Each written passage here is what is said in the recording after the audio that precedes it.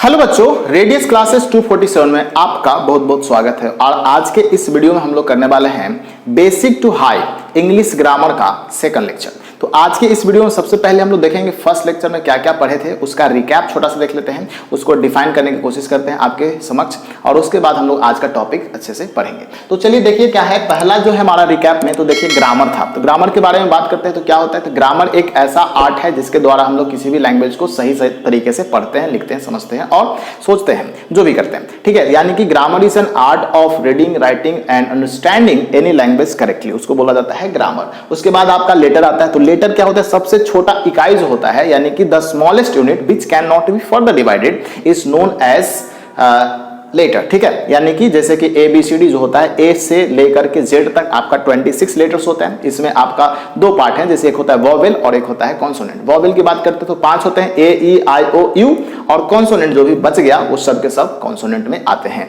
उसके बाद दो तरह के और भी लेटर लिखते हैं, जिसको जैसे एक कैपिटल लेटर होता है और एक तरह से आपका बोल सकते हैं स्मॉल लेटर होता है। ठीक है, कर्सिव लेटर भी बोल सकते हैं। तो ये सब कुछ लेटर्स का डेफिनेशन था। उसके बाद वर्ड की बात करते हैं, जैसे सभी लेटर्स को, बहुत सारे लेटर्स को अगर अरेंज करते हैं उससे कुछ मीनिंग निकलता है, उसको क्या बोला जाता है, वर्ड बोला जाता है। यानी कि word is a group of letters which can from a definite sense बोल सकते हैं, यानी कि which has a meaning is known as word. जैसे कि कैट, CAT कैट, कैट मतलब बिल्ली होता है, DOG डॉग, डॉग मींस कुत्ता होता है। लेकिन इसी को इधर उधर करके हम लोग करेंगे, जैसे TCA, तो इस तरह से इसका कुछ मीनिंग नहीं निकलेगा, तो ये वर्ड आपका नहीं है। उसके बाद आपका है बच्चे सेंटेंस। तो सेंटेंस की बात करते हैं तो सेंटेंस क्या होता है, वाक्य जिसको बोला जाता है। Sentence is a group of words which makes a complete sense, यानी कि एक तरह से ग्रुप ऑफ वर्ड्स है जिसका एक सेंस निकलता है। जैसे कि इट इज अ पेन, ठीक है, तो ये बोल सकते हैं कि ये एक तरह से सेंटेंस हो गया। तो वैसे ही आज का हम लोग टॉपिक क्या रखे हैं, तो टॉपिक आज का रखे हैं पार्ट्स ऑफ स्पीच।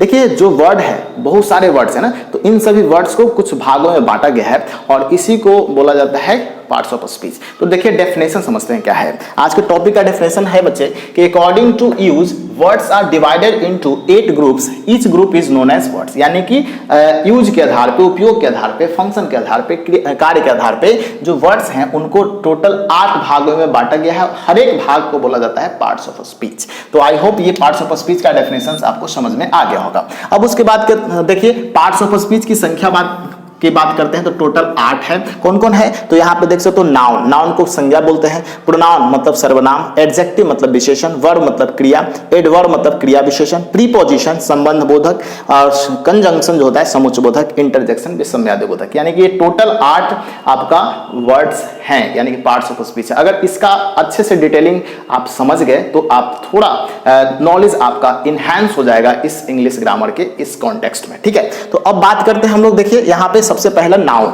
नाउन मतलब संज्ञा। देखिए नाउन मतलब होता है किसी भी नाम को, किसी भी चीज के नाम को संज्ञा बोला जाता है, यानी कि noun is a naming word. Definition हमने क्या लिखा है, noun is the name of person, place, thing, state and quality. यानी कि किसी भी नाम को, जैसे पर्सन का नाम हो गया, प्लेस का नाम हो गया, थिंग का नाम हो गया, स्टेट मींस अवस्थाएं का नाम हो गया, या तो क्वालिटी यानी कि गुण का नाम हो गया, इन सभी के नामों को क्या बोला जाता है बच्चे, ये नाउन बोला जाता है। फॉर एग्जांपल जैसे देखिए यहाँ पे पर्सन की बात करते हैं तो पर्सन में कोई भी व्यक्ति हो सकता है, जैसे कि राम, सीता, मोहन, गीता, कुछ भी हो सकता है। ठीक है, कुत्ता, ये बिल्ली, ये सब जो भी आ सकता है। उसके बाद प्लेस की बात करते हैं, यानी कि स्थान की बात करते हैं, जैसे पटना, बिहार, गया, झारखंड, जो भी है उस जगह की बात करते हैं तो वो आता है प्लेस में। थिंग की बात करते हैं, पेन, पेंसिल, कैट, ये सब जो भी आएगा। सॉलिड, लिक्विड, गैस, ये आपका साइंस में आ गया, ये ऐसा नहीं है। यहाँ पे है मान लीजिए कि चाइल्डहुड की बात करते हैं, चाइल्डहुड, ठीक है। उसके बाद आपका ओल्ड एज हो गया, ओल्ड एज हो गया, ये सब के सब बच्चे आपका स्टेट्स में यानी कि अवस्थाएं में आ जाएंगे। क्वालिटी की बात करते हैं, गुण, आपके अंदर क्या क्या गुण हो सकता है, अच्छाई हो सकता है, बुराई हो सकता है, ये सब। तो जो भी काइंडनेस वगैरह, जो भी ऑनेस्टी है, ये सब के सब क्या हो जाता है आपका गुण में आ जाता है। तो ये आई होप नाउन का समझ में आ गया होगा। देखिए यहाँ पे हम लोग क्या है, सबका छोटा छोटा यहाँ पे डेफिनेशन जरूर देख रहे हैं, लेकिन हमको इसे डिटेल में भी पढ़ाना है आपको। ठीक है, तो आप बने रहिएगा इस चैनल के साथ, ठीक है, अंत तक बने रहिएगा, ताकि आपको सारा डिटेलिंग आप यहाँ से मिलते रहेगा, और हो सके तो आप इस चैनल को सब्सक्राइब भी कर दीजिए बच्चे। ठीक है, अब देखिए यहाँ पे हम लोग आगे पढ़ते हैं, समय आपका ज्यादा नहीं लूंगा। यहाँ पे देखिए नाउन की बात करते हैं, नाउन जिसको सर्वनाम बोलते हैं। सर्वनाम क्या है, नाउन के जगह पे जो शब्द का इस्तेमाल किया जाता है उसको बोला जाता है सर्वनाम, यानी कि a word which is used in place of a noun is known as pronoun, यानी कि जो नाउन के जगह पे इस्तेमाल होने वाले शब्दों को क्या बोला जाता है, प्रोनाउन बोला जाता है। जैसे कि यहाँ पे एक सेंटेंस है, Ram is a boy, Ram एक लड़का है, ठीक है, राम एक क्या है, लड़का है। इसको हम लोग और अच्छे से लिख सकते हैं, जैसे राम इज अ लड़का है तो उसको जगह पे ऐसे लिख सकते हैं, ही इज अ जेंटल।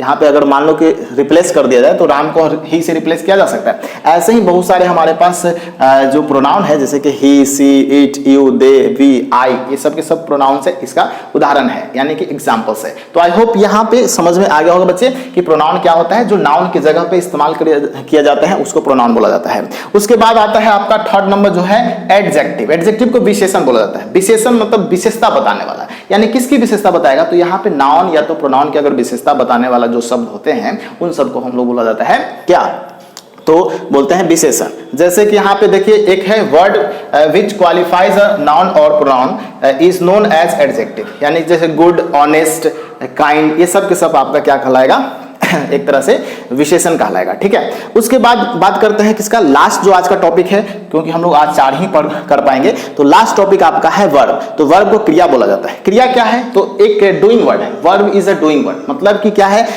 ऐसा वर्ड जो क्या करता है, क्वालिफाई करता है, कहा सॉरी क्वालिफाई नहीं, यहाँ पे जो एक तरह से डिनोट्स करता है एक्शन को, ठीक है, is known as a verb, यानी कि वैसा सब जो एक्शन डिनोट करेगा उन सभी को वर्ब बोलेंगे, यानी कि क्रिया बोलेंगे।